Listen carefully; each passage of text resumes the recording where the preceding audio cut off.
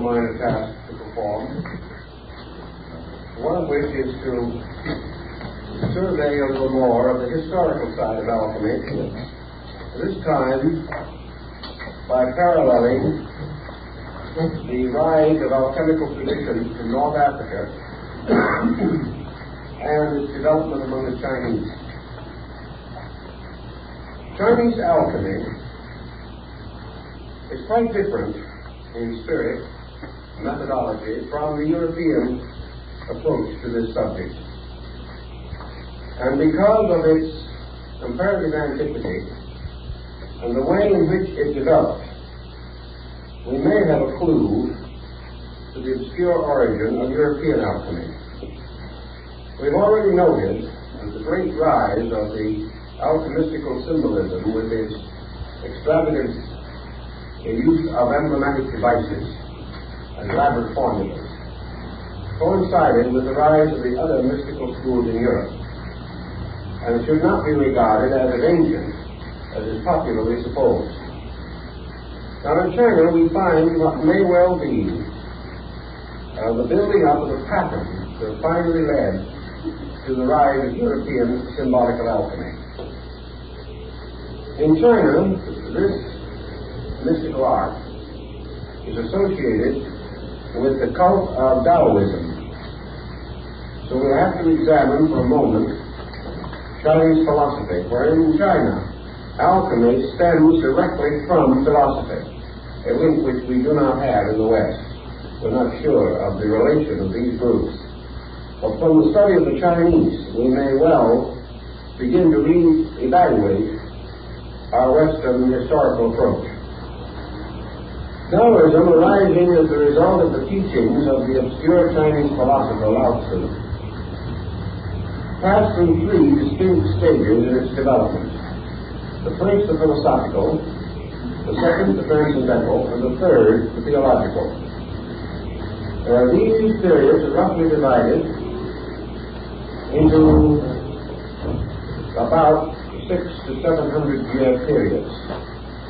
Each of these sections would thereby correspond to something resembling 600 years of development and systematic re-adaptation. In the first 600 years of Taoism, the sect was essentially philosophical and essentially a very high form of Eastern absolutism. Lao Tzu was not only a mystic, but a very profound theist in his interpretation of the essential principle of Tao, or universal being. Hardly had Lao Tzu passed on before his followers, disciples, and several other Chinese scholars who became distinguished in the descent of the system began to expand and elaborate the essential principles which he had taught. This period of expansion resulted in several recensions of the basic text of the group and terminated about the beginning of the Christian era, or shortly thereafter. During this first period, we have a parallel with the first period in Buddhist philosophy, which was essentially a powerful ethical agnosticism. But gradually it became evident in popular usage that the abstract principles of pure philosophy did not have sufficient vitality for masses to result in any strong development of sects or groups. The pure philosophy was simply too deep for the average person and did not come close enough to his own living experience. Therefore, the gradual transition took place, in which a series of compromises by interpretation increased the romanticism of otherwise abstract mystical learning. So beginning around the 1st century AD and continuing till the 5th, 7th century, Taoism passed through what we would call a transcendental or purely metaphysical period. And it was in this period that alchemy arose among the Chinese.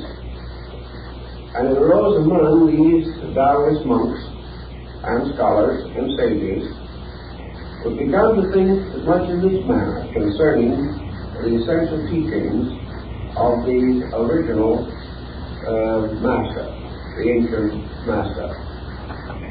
If universal consciousness, which was the goal, was to be achieved by man, then there must be certain methods or means whereby this consciousness can be more closely associated with the human being.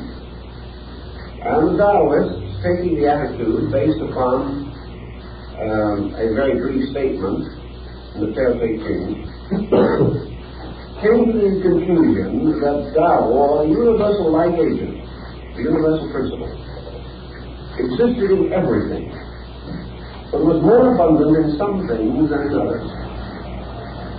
Therefore, in order to increase Tao, or consciousness, or life being within the individual, he should gradually associate himself with those things in which this principle was most abundant.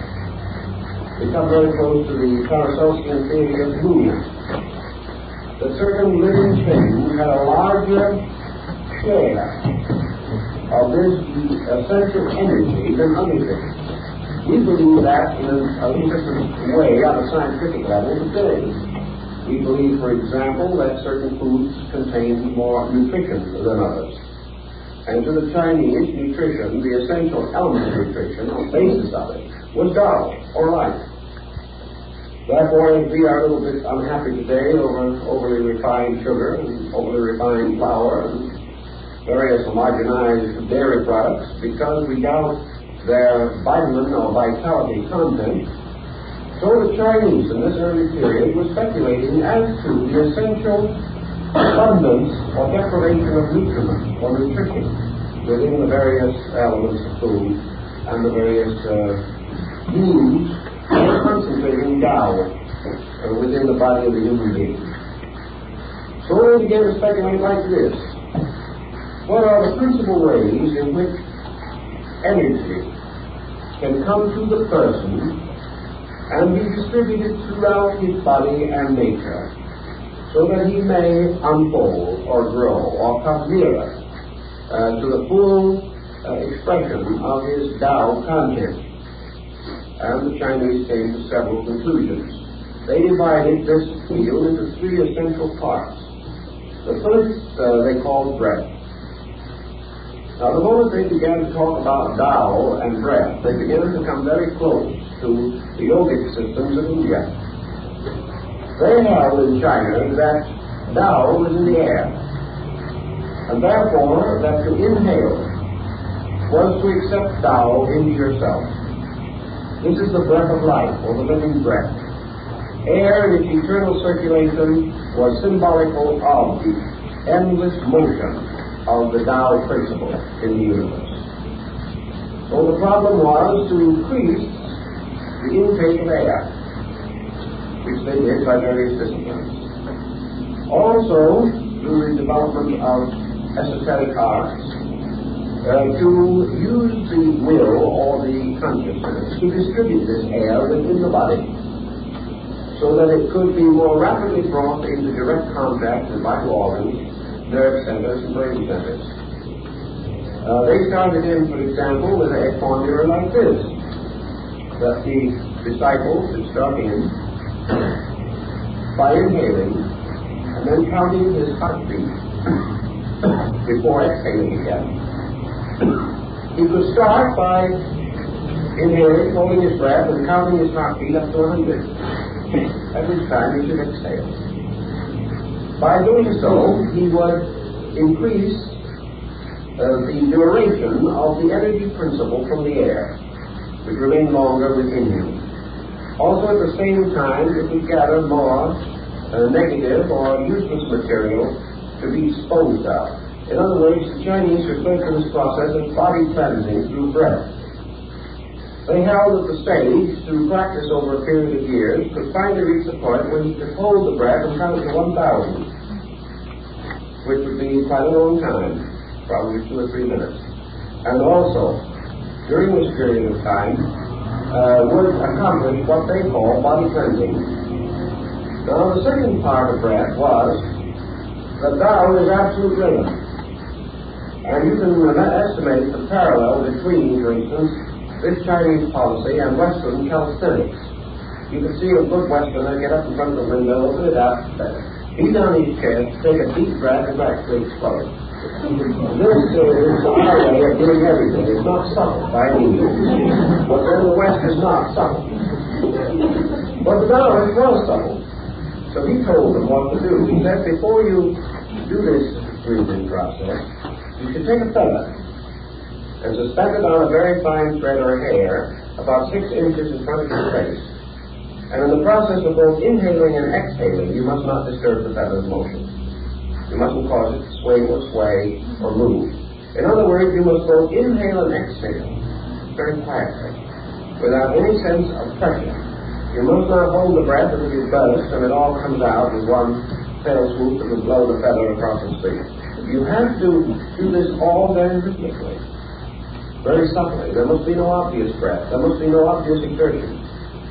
It must be gradually to bring this process completely within the control of the will, and the breath moves so quietly, so silently, so subtly, that only those who were well acquainted with the system could even detect that you were breathing.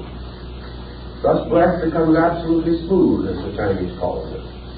And by so doing, you have less and less human interference with this motion or rhythm.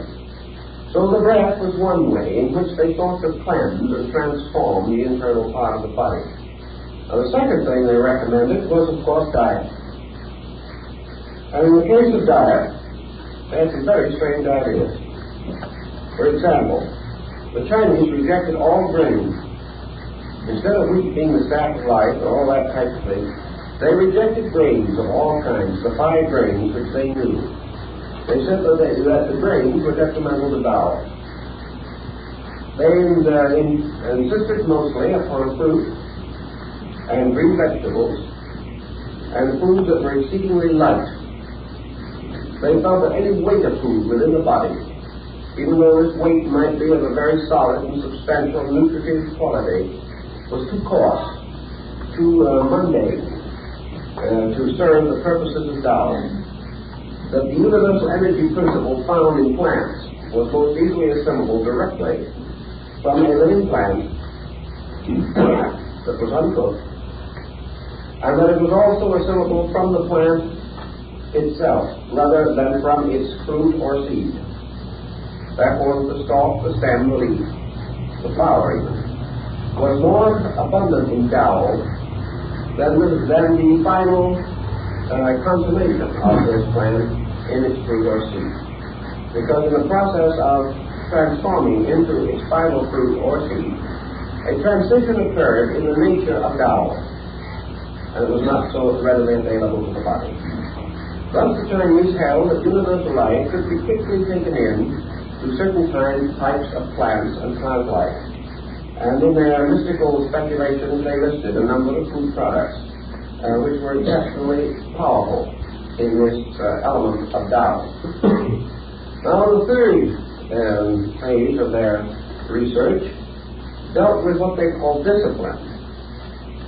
Having used breath as one means, having used food intake as a third, as a second, the third was the actual use of the mind and the consciousness itself to draw or collect Tao. We then come in again to a very mystical expression of their concept or doctrine. Not only did they use the attention of consciousness to draw this energy, but they then moved this consciousness throughout their own bodies, directing Tao and distributing it by a voluntary action of the will.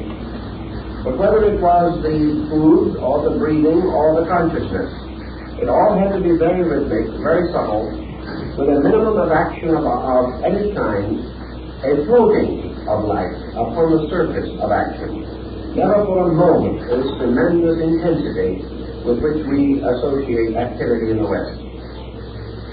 Now the purpose of these 3 disciplines was the achievement of the mystery of immortality. And this corresponds very largely with the Western alchemical concept of the elixir of life. This mysterious substance that if properly prepared and properly used would prolong life indefinitely. The Chinese have an old character who lived, according to their records, probably around 1,000 years BC, who is their equivalent to Methuselah. He's supposed to have lived 800 years. And he's supposed to have lived almost entirely on Tao. In other words, he was maintained by an invisible energy in the air. And these Chinese scholars were quite confident that by means of a complete adjustment of their own bodies, their minds, their emotions, their diet, their breath, their thoughts, a complete adjustment with Tao or universal life, that if they could become like immortality, they would be immortal. And there are many legends in their mystical writings concerning these wonderful sages and saints, like the old teachers of the Jade Mountains, who gained incredible longevity, simply nourished by Tao, or as they would have called it, by the elixir, or the magical agent, the mysterious power of the universal life principle. Even the Chinese use the term medicine or substance or elixir to represent this Tao or free energy in space. Now this approaches on a level of principle very close to European alchemy, except that yet we are not catching very many of the alchemical terms as we know them. The Chinese term for the universal medicine is very similar to the alchemical. But we do not have the paraphernalia, we do not have the retorts and the bottles, we do not have the laboratory and the bellows, and we do not have the elaborate alchemical or chemical formula symbolism which we have in Europe. But the end to be attained is almost completely the same. Now this was the first of their concepts in relation to alchemy, the possibility of the attainment of an eternal life, the medicine that heals all mortality, and when attained by the mystic, makes him immune to the evils of the world. Not only is he protected against sickness and age, but he is protected against the evils of any creature that might attempt to attack him or endanger him. He is indestructible because he is identical with Tao, because the interval between himself and universal life has been reduced to a minimum. So, years ago, when I was traveling in Korea, I went into the Diamond Mountain area, and there had the opportunity to contact a few elderly Taoist scholars. You can't say, probably, that they belong to the same pattern as we find on beautiful old Chinese paintings of wonderful rugged mountains and waterfalls and old scholars seated under a tree.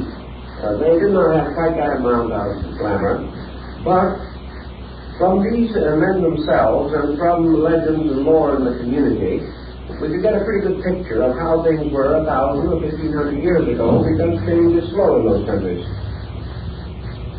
It was a well-tested records in that region that many of these old scholars were about 100 years old, and in probability they were.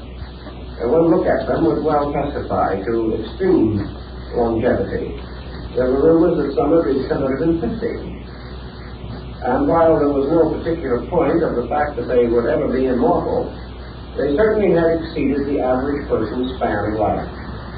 They had extended usefulness. Most of them did not require any of the aids that we need in order to keep functioning even at 70 or 80 in our way of life. One of their principal concepts there was that the secret of longevity is the reduction of friction. And friction must always be the resistance of a personality to the law. In other words, Tao is reality.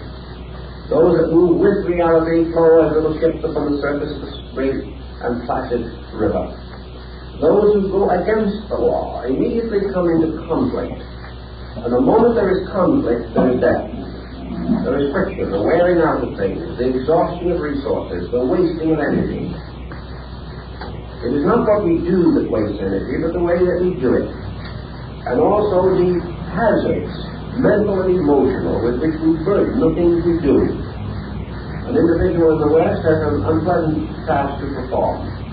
He worries about it for days before he does it. he wishes he didn't have to do it. He tries to find some way of pushing it on someone else. And as the time becomes nearer and nearer, he becomes more and more sorry for himself because he is faced with this burden.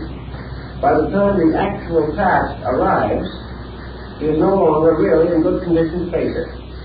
He has dissipated more energy in vain regrets over the circumstance than would require to solve it.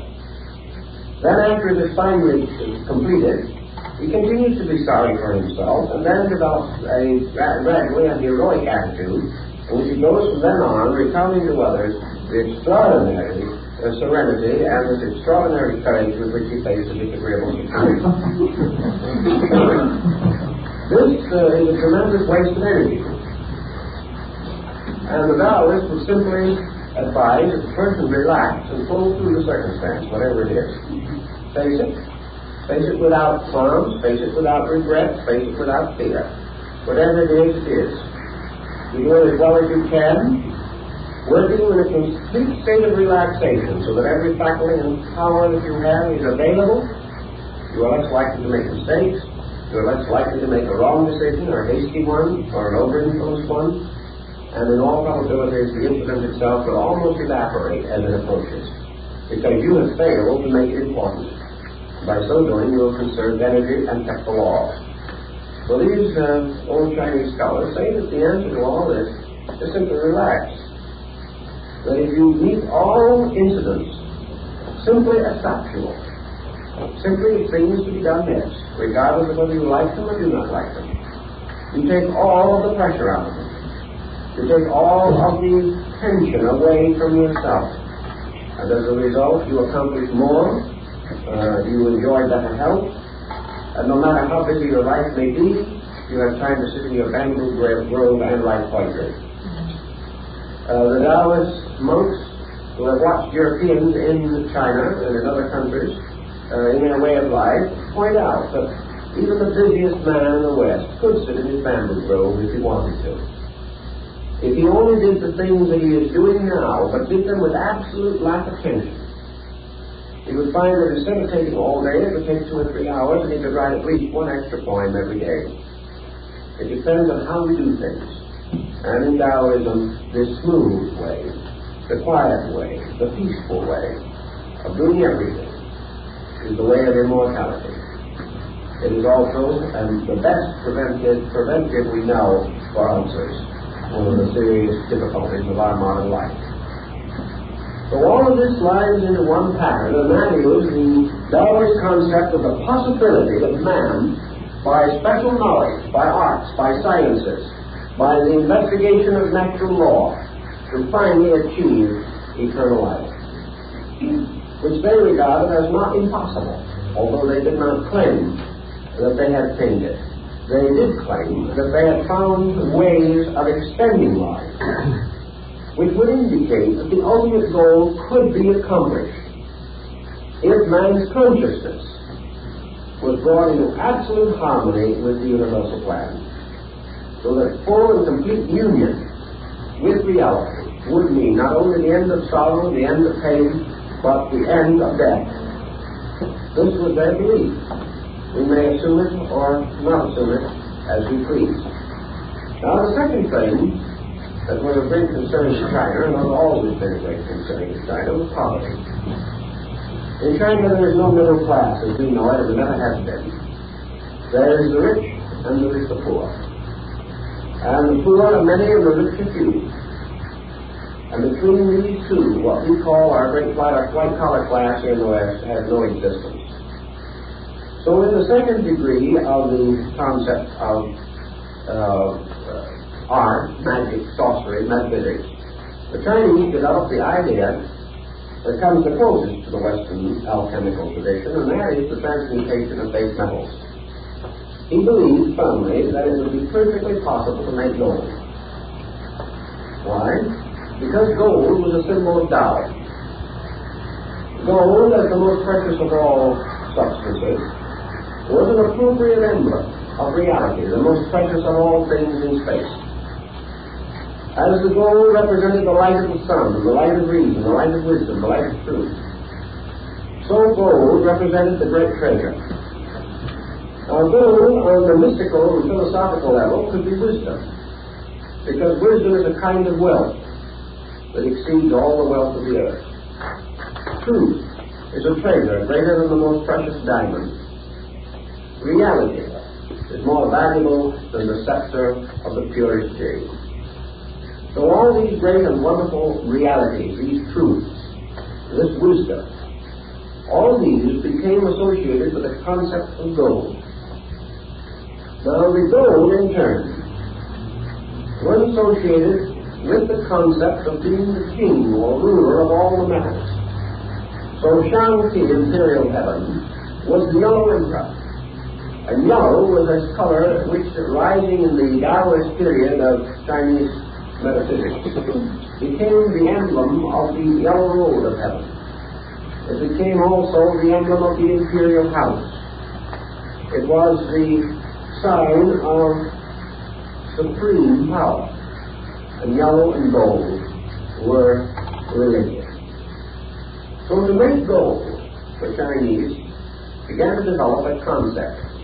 If a man should live forever, or would live forever, the practical Chinese would say there's no use in living forever if he's going to be poor forever. You just can't do anything. You can't get anywhere on that philosophy.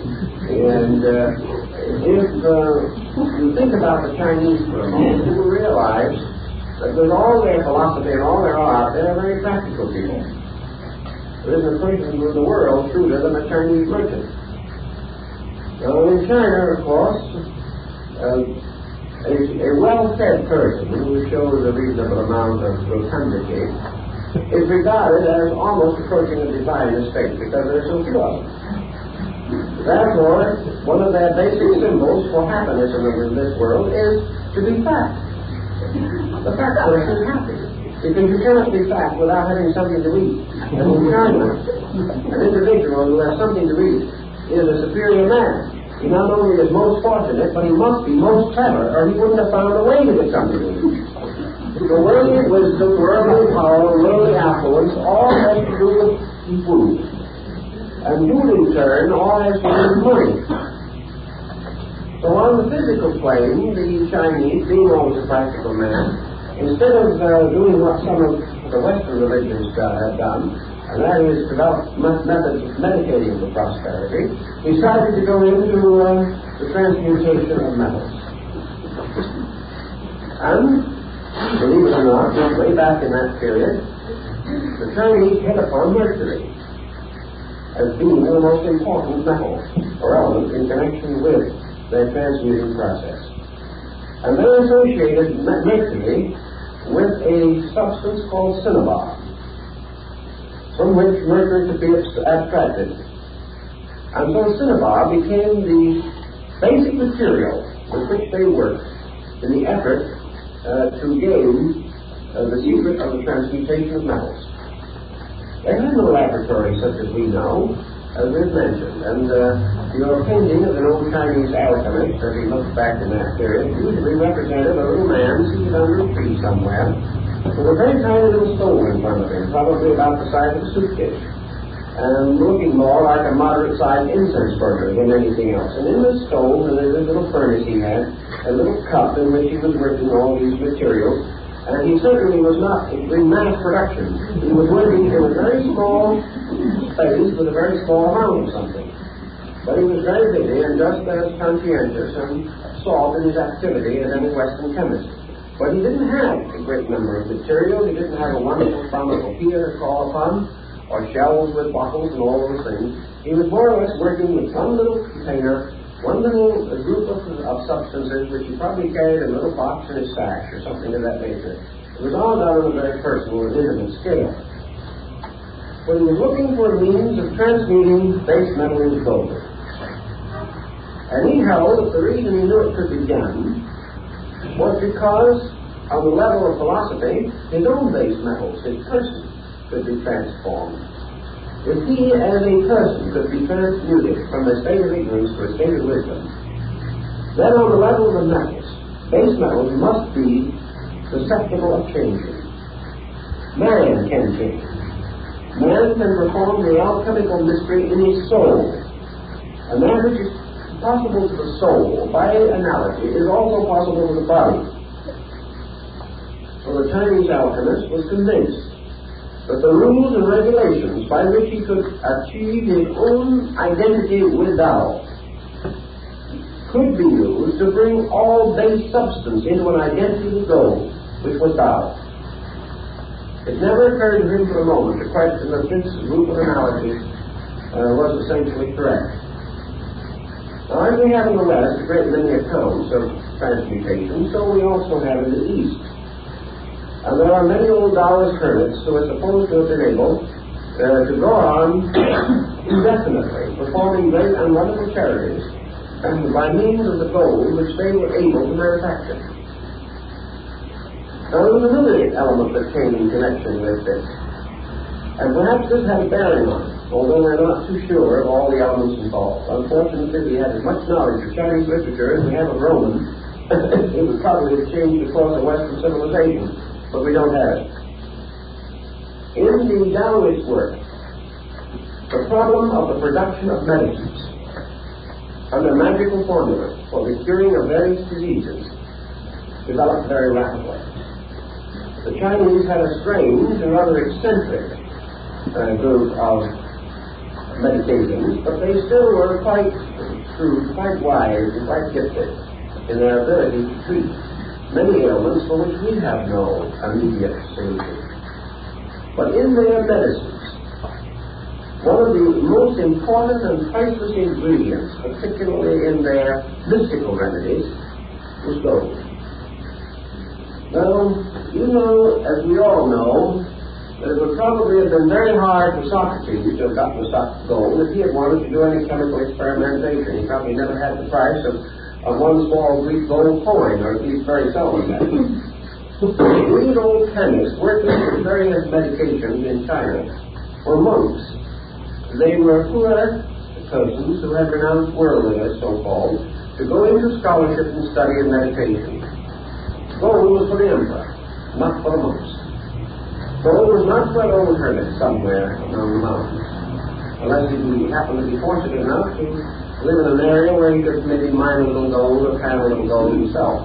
For the most part, he had no contact with these elements. Therefore, to him it was necessary to manufacture them.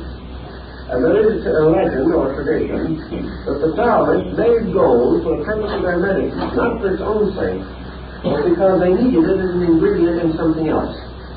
Not being able to buy it, not being able to afford to get it, and not being likely to receive it as a gift under the economic conditions of China, they had to learn some way of making and manufacturing either gold or a synthetic material which had the same attributes. But in the course of their experimentations, they also manufactured synthetic stones. They manufactured synthetic jade and amber. They perfected a great many chemical formulas, as did the European alchemists, who gradually enriched the entire code of chemistry through their various researchers in related fields. So we have the second of the two desirable things. One is the elixir of life. The other is the transmutation of metals and the formation of synthetic stones, which is the equivalent of the philosopher's stone. So they were working on the same basic story, but they came about it a little differently. Taoism continued to exercise a comparatively powerful influence in China, especially in this metaphysical field, until about the 7th or 8th century, when it began to tangle with the newly rising strength of Buddhism. Buddhism had been introduced into southern China about the beginning of the Christian era. Some say slightly earlier, some say slightly later. But there probably was an impermanent foundation in the 1st or 2nd century BC and a permanent foundation about the 2nd century AD. So that Buddhism was coming in. And Buddhism was already also passing through a transition period. Buddhism moved into China about the time when it began to expand its own transcendental doctrines, moving from the philosophic foundations to its own metaphysical foundations. At this period, Buddhism came in with quite a different viewpoint from that which was in China at that time. Buddhism also brought a certain amount of alchemical and chemical speculation with it from India, where for a long time scientific researches have been more or less intensively carried on. But a little later, however, after the rise of Nalanda and some of the great institutions in India, that Buddhist scholarship in art and in science, especially in chemistry, began to drift towards China and began to mingle its stream with the indigenous culture. Actually, there is not a great deal relating to what we call alchemy in the original Buddhistic philosophy. There is, however, a great deal about the philosophy itself, which is reminiscent of the original concepts of Tao and the Chinese belief in the possibility of man's final identity with an eternal state. But it was not in Buddhism so much an eternal life as it was an eternal consciousness in Nirvana. But in its transition from one part of the world to another, in the gradual rise of what is called the Northern School, or the Kala Chakra, Buddhism began to take on a great deal of transcendental culture.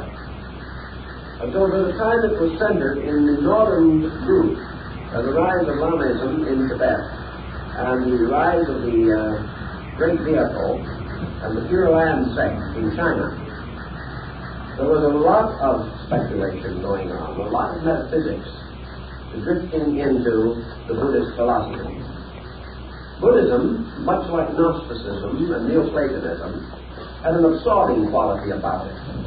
And when Buddhism struck the alchemical tradition in China and in adjacent countries where this tradition was developing, it immediately accepted it and imposed it upon its own doctrine.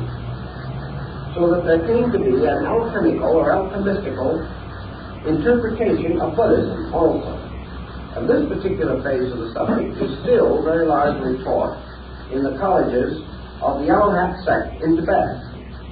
And these colleges, among their other magical rituals and magical studies, include the transmutation of metals, the development of a universal medicine, and the indefinite prolongation of life. Now, all of these ends, as they were developed in the Chinese, would be rather inconsistent with Buddhist philosophy. But when Buddhism moved into a strange area where other philosophies were already present, they became mingled with them in a kind of alchemy of its own. And as a result, there are many doctrines now to be found within the northern Buddhist schools especially that have very little in common with the original teachings of Gautama. They represent the minglings of traditions from one school to another. Working with this, and going even into Japan, where Buddhism and other groups, and even Shinto, have some alchemical tradition, we gradually observed the Eastern group to be concerned with alchemy or chemistry almost entirely on the level of a means or a method for accomplishing one of the three great purposes of European alchemy. And the two we have mentioned, namely eternal life and wealth, has a third added in the course of time. And that third is the gift of vision. It was very important in these systems that the neophyte or the disciple should eat of the peach of eternal foresight.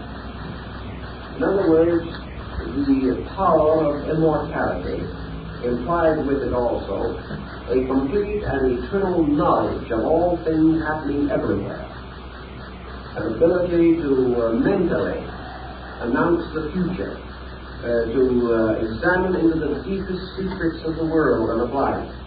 And therefore there had to be some mysterious elixir of vision by which the entire mystery of life could be unfolded to the fortunate possessor of this wonderful substance.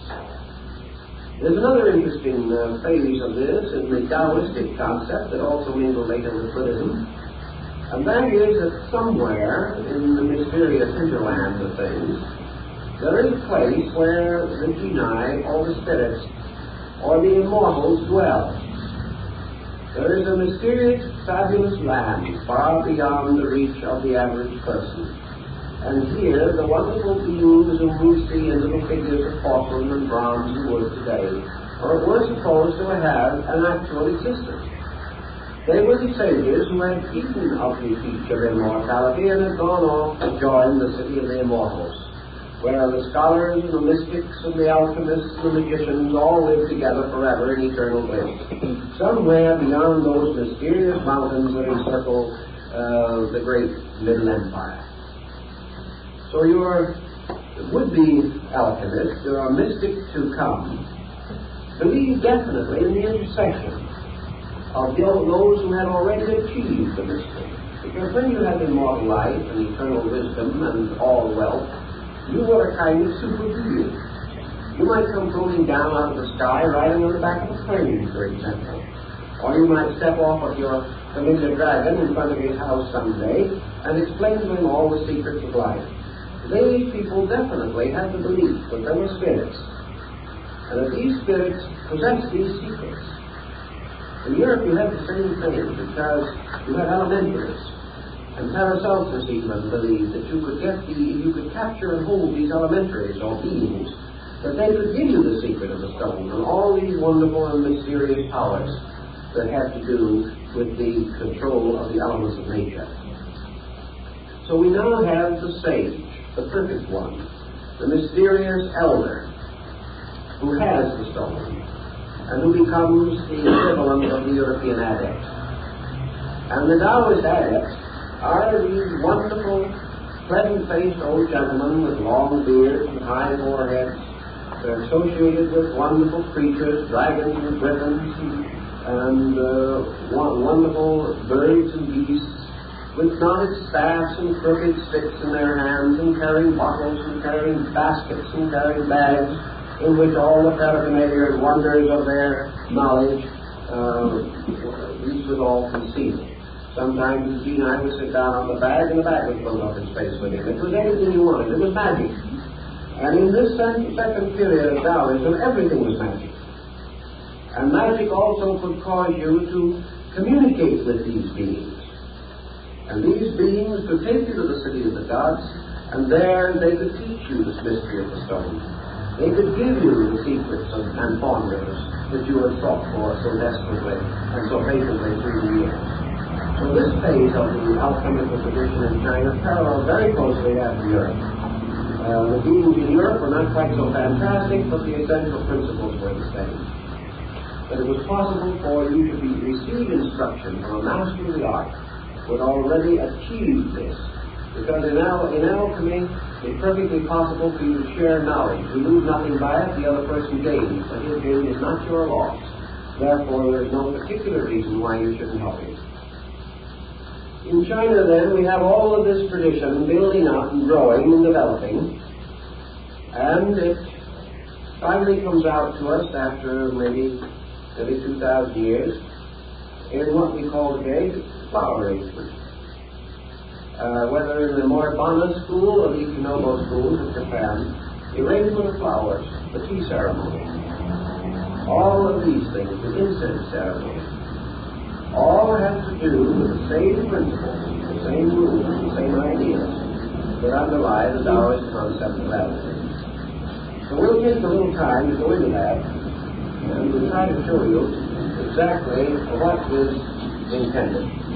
Now we mentioned in the Western tradition, the presence of three essential elements, which must be united or brought together in the mystery of the stone. In the West, they're called the king and the queen and Mercury, or sulfur, salt, and Mercury. Now, in the Chinese concept, the sulfur is called heaven, the salt is called earth, and the Mercury is called man. And the great triad in Chinese philosophy, and it finally came into European thought also, is the triad of heaven, earth, and man. This triad goes through all of their art, all of their sculpturing, all of their painting, every phase of their cultivation. And the reason, for example, in Chinese art, in Oriental art, that instead of having the wide margin of a picture at the bottom, as we have it, they have it at the top and the narrow margin at the bottom. When we frame a print, we always frame it with a longer margin below and a shorter margin above. We think it's more artistic that way. When we print book pages, we always leave more margin at the bottom of the page and less at the top. Whereas in the Orient, they do exactly the opposite, because the upper margin is always heaven, which must be superior. The lower margin is always earth. And then between these is the work of art. And this is man, because man is the work of art. And art is skill perfecting nature. So heaven, earth, and man must always be represented. Heaven is above, earth is below, and the artist painted the picture in the middle. Therefore, he is man. And in this particular very interesting old mandala here, which is about 11th century, from the Nara period of Japan, you will find down here among the demons in the bottom of the picture is painting of the artist. A little portrait of the artist who did the picture. You can't see it. I am covering up the artist and all that. But sometimes you can see it. But the heaven, earth, and man is a blossom, a leaf, and a bud, and is the basis of all flower arrangement, because it must all be triadic. Heaven, earth, and man is sulfur, salt, and mercury. So in producing all of their artworks, therefore, everything that they do is a formula. These formulas are so exact in Chinese art that it takes 500 years sometimes for one of these schools to permit a master to go to the extension of adding one more blossom to a street of cherry flowers. There must be just so many. And it's a major division, a major rise within a school if one more petal is added to a flower. Everything is so completely systematized and integrated under rules, complete canons of law. In Taoism, therefore, we have this over-concept of Tao containing within itself, within its own eternity, heaven, earth, and man, which also returns to us in the Confucian doctrine. And, of course, returns again very definitely in the Buddhistic triad, where you have the three great principles. You have Amitabha, the Supreme Buddha, then you have Avalokitesvara, and you have the Sri Bodhisattva. These are heaven, earth, and man again. They are spirit, body, and form. Now in this painting, spirit is above, is probably represented by Chinese fingers. Below is matter. In the middle is form.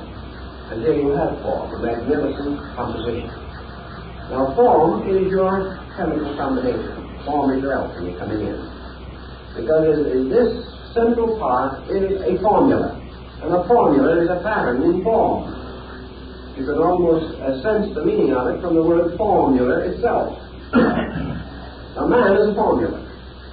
The stone is a formula. The human soul is a formula.